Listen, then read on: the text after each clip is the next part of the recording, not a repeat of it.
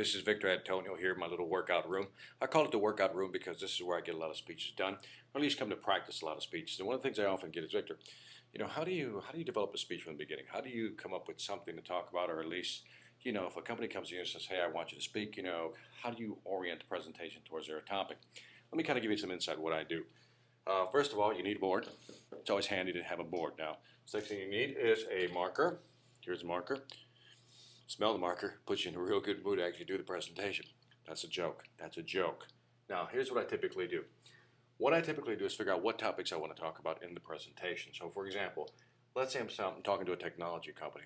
And technology companies usually want to talk about one thing. They usually want to talk about change. Okay? So what I do is, okay, let's talk about change, what's happening in the market.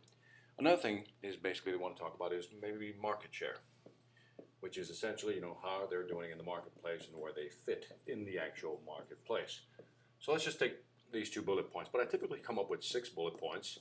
Okay, so I'll go down 6 bullet points, and then what I'll do is assign maybe 5 to 7 minutes to each bullet point. Okay, all the way down to 6, so you can get the idea. And then if you take the number 7 times 6 times 7, that's usually equals about 42 minutes for a presentation. So this is kind of the general outline.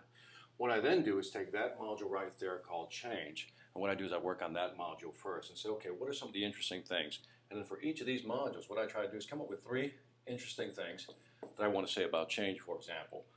So let's say I come up with, maybe I can use some numbers. By numbers, I mean statistics like percentages. And then what I try to do is actually make a point. Right here, I try to make a point about what these numbers actually mean. And then the third thing I try to do is tie it down. I'll put this down arrow as a tie down. I tie it down with some story, a story that really kind of brings together these points, but it's also a story that has a little humor and what I call insight as well. Okay? So hopefully that helps, folks. Take care. This is Victor Antonio signing off.